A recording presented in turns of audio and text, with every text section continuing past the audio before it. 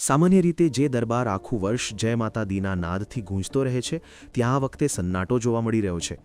પવિત્ર યાત્રાધામ વૈષ્ણોદેવીમાં આ સિઝનમાં શ્રદ્ધાળુઓની સંખ્યામાં મોટો ઘટાડો નોંધાયો છે, જેના કારણે કટરાના સ્થાનિક વેપારીઓના જીવ અદ્ધર થઈ ગયા છે.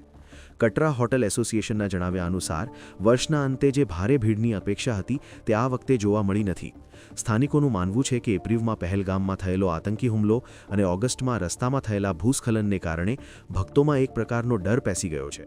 जो इस साल का आंकड़ा तो हमें जो मीडिया के माध्यम से मिलता है कि 20 से 25 हज़ार यात्रा, 25 लाख यात्रा जो कम है. लेकिन इस टाइम हम सोचते थे हमारे जो 10-15 दिन जो होते थे दिसंबर के, ये अच्छे लगेंगे, ये अच्छा हम अपना रोजगार जो कमाएंगे. लेकिन बहुत ही ज्यादा जो यात्रा है कम है.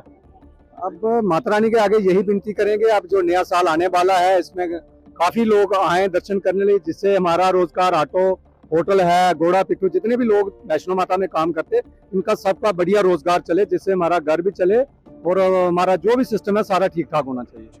જો કે શ્રી માતા વૈષ્ણોદેવી શ્રાઇન બોર્ડ આ દાવાઓને નકારી રહ્યું છે. બોર્ડનું કહેવું છે કે સ્થિતિ ધીરે ધીરે સુધરી રહી છે અને યાત્રીઓ મોટી સંખ્યામાં આવી રહ્યા છે.